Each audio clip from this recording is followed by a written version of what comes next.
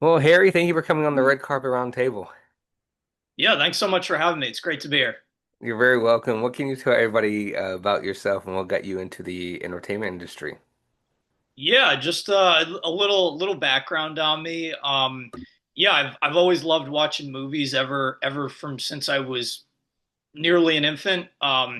Some of my oldest memories, actually one of my very oldest memories was watching Indiana Jones and the Raiders of the Lost Ark. I was so obsessed with that opening scene, especially when in the temple Harrison Ford is being chased by the boulder that I used to reenact it at my aunt's place. I used to take a big bouncy ball and I'd run down her stairs and I would pretend like I was Indiana Jones. Yeah, so I grew up on a lot of movies. Started with a lot of the classic blockbusters like the Star Wars trilogy, Lord of the Rings, Terminator films, the Alien films, a lot of the Pixar classics, etc. And then sort of started to veer out to more psychological thrillers. I got real into Christopher Nolan, Memento, which is still my favorite film of all time. I got real into in middle school. And then just started, watching more Hollywood classics, foreign films, kind of just veering out to all different kinds of genres. So, yeah, I mean, I've always loved watching movies, but I didn't start getting into filmmaking until after college. I suppose I was a little too practical minded for my own good. I was one of those people where I kind of just thought, yeah, after college you're supposed to have the 9 to 5 or 9 to 6 or whatever job, and you're gonna hate it, but it is what it is, and the thought really depressed me, so I kind of just buried it and tried not to think about it. Um, but yeah, basically, right at the end of college, it wasn't it definitely wasn't the craziest dream I ever had, but I just had this dream that I was going to film school. I was taking, cinematography classes, acting classes, writing classes, and the dream. I was so happy in the dream, and actually, the dream felt so real that when I woke up, um, I got my backpack, got my jacket, and got ready to go to class. And I suddenly realized it's Saturday. You're at the bar last night. It's noon. You're not a film student. You're not going to film class. You're not making films, and that was probably the single most deflating moment of my life. I um I stopped dead in my tracks, threw all my stuff on the ground, sat on my bed, but then that was kind of when I had the epiphany, where the light bulb came on in my head, and I realized, well, it stinks that as you're getting ready to graduate college, you finally figured out what you were doing because I was studying business at the time. But I realized, I was only, sort of 21 years old at the time, so I had plenty of time to, figure things out, and I kind of just came up with this plan. I had the business degree, so after college, I, just found a decent paying finance job that I would do during the day, and at night I just started to dabble in film. I started to watch a lot of YouTube videos. I rented some books at the library, and while I was doing that, I started networking with other filmmakers. And excuse me, um, I while I was working on a couple film sets, I actually made my first film by myself. This fun, kind of ridiculous film, 515, where it's basically I play two characters, and it's just kind of this action thriller, dark comedy. It was really good to make. I learned the parts of the process I liked and the parts I didn't. And I would say I like most of the filmmaking process. My favorite part is actually editing, which I never would have dreamed. I'd always, for some reason, thought I would hate it. I absolutely love it. It's where everything, even though it's tedious and it takes a long time, it's a lot of work. It's to me where the magic really comes together. And editing is now what I do for a living and what I've been doing for a long time, in addition to the filmmaking.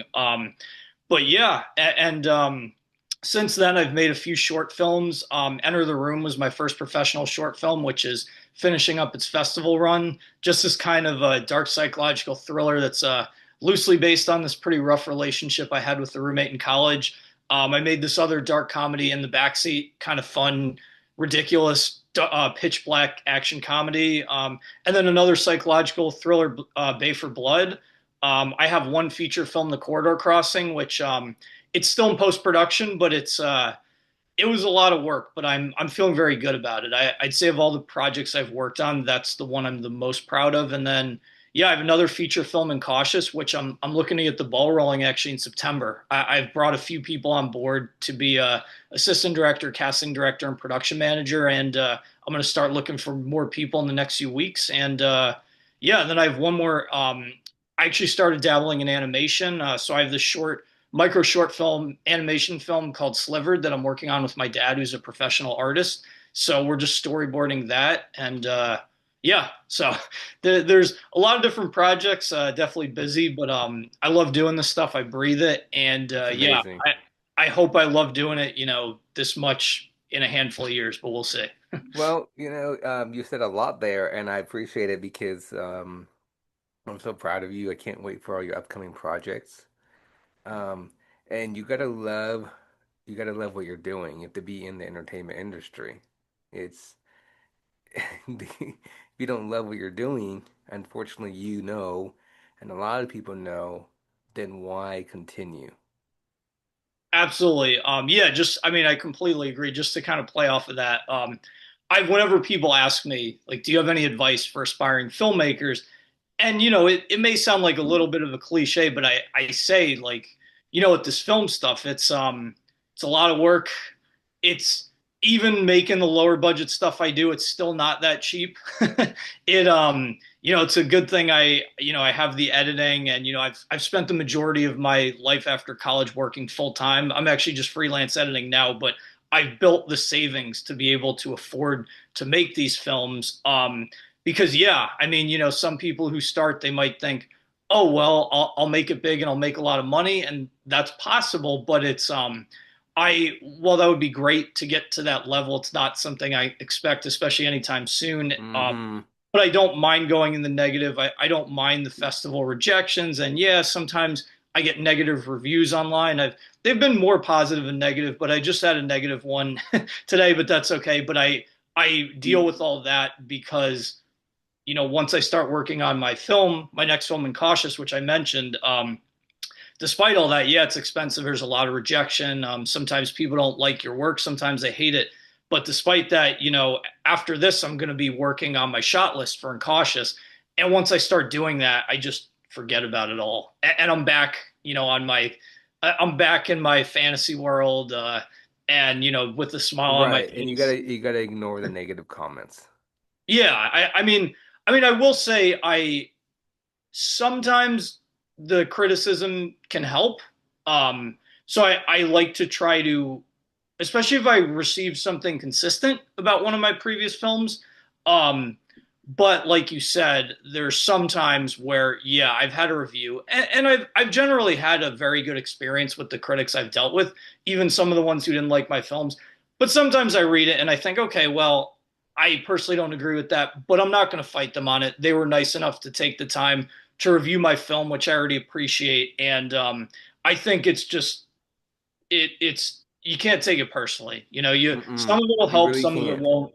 But at the end of the day, film is definitely and art is subjective to an extent, and sometimes Hmm. people will gravitate towards your work, and sometimes people won't. It's incredibly rare, almost impossible for everyone to love your stuff. I've learned that for sure over the years. So Yeah, you gotta. It's how do you describe it? A craft. Um, absolutely, craft in the entertainment industry. Like you said, you gotta love what you're doing. You know, gotta go for it.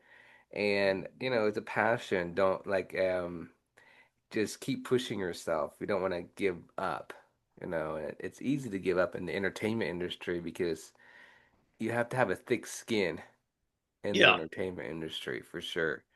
And that's the one thing independent filmmakers or professional filmmakers are telling is that just work hard, ignore the negative comments, and just do your dream and keep making better films.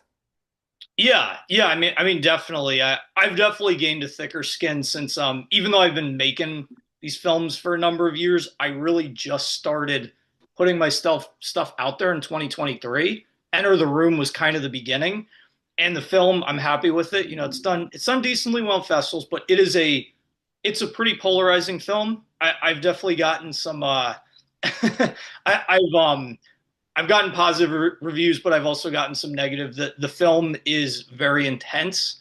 It's there's definitely a darker side to it that I see that it, doesn't always Hmm. resonate with everybody. It's very loud and angry. But no, yeah, like you said, it's I think the key is, like I said earlier, when a lot of times people are just giving their 2 cents, even trying to help, and it's just one of those things where, like I said, I'll take what some people say with a grain of salt, but I try to listen to, I try to improve with each film. And there have definitely been times where somebody gave me something, somewhat criticism on the film. And at first I was hurt. And then I might hear two or three more times. And I would look back at the film and agree and learn and kind of, Right. You can learn from it. yeah, and just move forward on my next film. Hmm. And And one thing I sometimes you gotta ignore it too. Yeah, yeah, of course. Yeah. But yeah, I think doing all the festivals and starting to receive the reviews, the first really negative review I received was hard. But I've gotten a little more used to it now where when it happens, when I wake up and I'll usually check my letterbox and IMDb pages in the morning. When I see a bad one, it's as you get more used to it, it gets easier and you just learn it's this person doesn't hate you. They watched the film and they didn't like Right. They want the best for you. yeah, so but yeah, so it's been a good experience, and I think the negatives have been important, and I think especially as is the case with many filmmakers that I've spoken to, it's just natural that I think in order to go in any really competitive industry, I don't want to use the word arrogance, but I think you need to have pretty extreme confidence to whether it's filmmaking or going into sports or politics or many other just ultra competitive industries. So I think before you put your stuff out there, might have a you might not have a proper sense of what the actual value is. I like to think, every filmmaker can bring something to the table, but you might think you're at this really high level, and then I start going to some of these festivals, especially a few of the really good ones I've been to, and see these films that are just on a whole different level. And it's humbling, but in a good way, dealing with the rejection, seeing as opposed to just kind of being in your little bubble where, yeah, maybe you knew your 10 or 15 filmmakers and you thought, oh, well, compared to them, my work looks amazing. But you start getting out there, there's just that there are so many insanely talented people and people who just have a lot more experience than they who've been doing it longer. And it's all just more motivation to be better and to just it's easy. It's easy for me not so much to be better but to keep going because it's my favorite Hmm. thing to do. But yeah, so Very true. Very true. Everything you're saying, you answered a lot of my questions before I even asked, to be honest, which, nice. I really appreciate. Where can people find you on social media? Yeah, so the two easiest ways to find me, if you Google Harry Waldman, and last name Waldman, spelled how it sounds. If you Google Harry Waldman filmmaker, or if you Google Edgewater Film Productions, that's the name of my production company. My website, edgewaterfilmproduction.com, should come up. My name should come up, whether it's I have all the social media handles. I have Instagram, Facebook, Mhm. That's X, good. Threads, Blue Sky, Stage 32, LinkedIn, et cetera, et cetera. The dots. And then I have YouTube and Vimeo Hmm. channels, which these short films are finishing up their festival runs. Actually, In the Backseat's just completed. So that will be the first one to go publicly on those pages. Enter the Room and Bay for Blood, I'm looking to possibly get on some streaming channels on YouTube, but regardless, I post about this stuff every day on social media. So if you follow me on Instagram, Facebook, etc., as soon as these are available to view publicly, you will see it on my profiles. Um, Um, but yeah, so that's the easiest way. And then as for names, my Instagram name is hwaldman18, and then my other names are basically like I said, just Harry Waldman. It'll all show up. Amazing. And what made you decide your name for your production company? Yeah, so I love that you asked that question. That's not one I get as often, but yeah. So basically, I didn't mention him before because I didn't want to go forever on kind of my backstory on the film stuff. But one of the big steps and breaks I caught in my filmmaking career was I mentioned working on some sets before I made my own films. was the first film I worked on. This film called Self Deportation, which is a cool indie film by this guy Eugene Park. Um, I met him at a filmmaker meetup, and on his film, it was the producer at the time. I met this guy Lance Elliott Adams, and meeting him was huge. We did a lot of Ida Car, and I was one of the production assistants, so we did a lot of picking up supplies and food. So we I spent more time with him than anyone else on set, and it was a decently big set, at least for the stuff I've been on. There were sometimes 30, 40 plus people there. Um, but I spent a lot of time with him, and he really hit it off. And he had a decent amount of experience at the time, and he pretty much took me under his wing and started bringing me onto his films. Anyway, so he really helped out with Enter the Room. He produced it, he shot it, and Hmm. I kind of he was a mentor, and I used everything I learned from him and expanded on it on all my films since. But anyway, so getting into how I came up with the name Edgewater Film Productions, he has a company called Bridgeport Film Club. I believe he may have moved since, but for a while he lived in Bridgeport. So I kind of used that rubric. I figured now I technically actually live in Rogers Park, which it's right north of Edgewater. I'm on the northern edge of Chicago. I just think Edgewater sounds a bit classier. So I was originally going to go with Rogers Park, but I figured, I'm right next to Edgewater, and I figure throw film productions on it. That sounds good enough. And then yeah, I kind of just built my website from there. That was That's a handful of amazing. years ago, and I've sort of just built it up ever Hmm. since, and kind of just try to keep everyone updated with all my current projects, upcoming projects, film festival selections, and awards, and yeah, went from there. Well, that's amazing. That's awesome. Congratulations. Thank you. And I can't wait to hear more upcoming projects that you will do. Yeah, no, like I said, I'll keep for for everyone who's interested, just follow me. You can always reach out.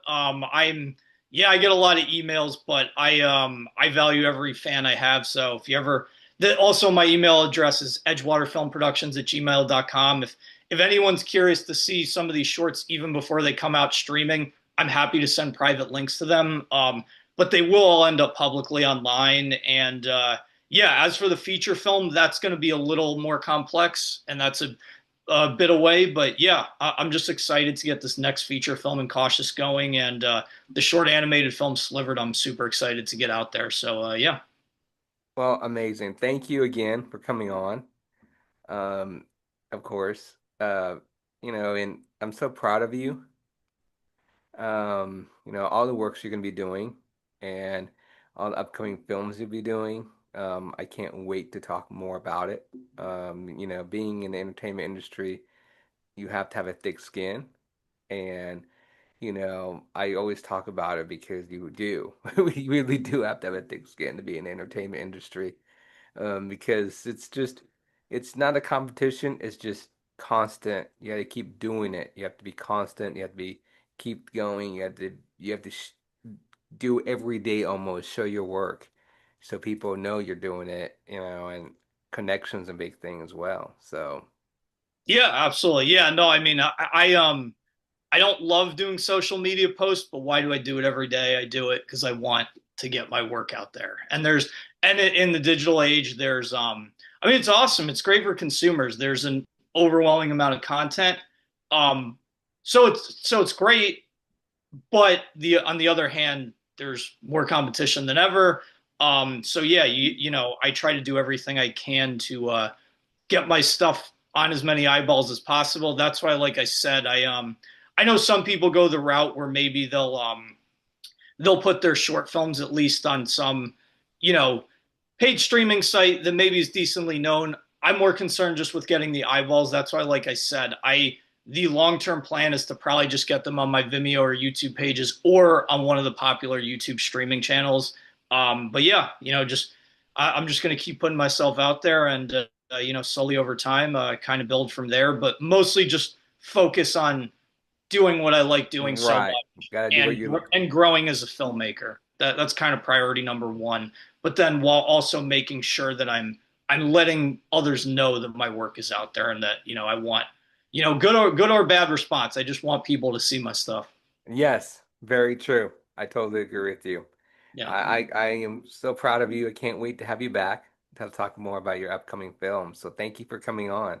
Yeah, thanks so much for having me. It was great chatting with you. Yeah, this was awesome, great experience. Yeah, in the future, if you ever want to chat to see what's going on with my next few films or anything else in my filmmaking career, I'd be happy to come back on. Yes, please do. We'll definitely stay in touch. Absolutely, sounds good to me. All right, I'll talk to you soon. All Bye right, bye. see ya.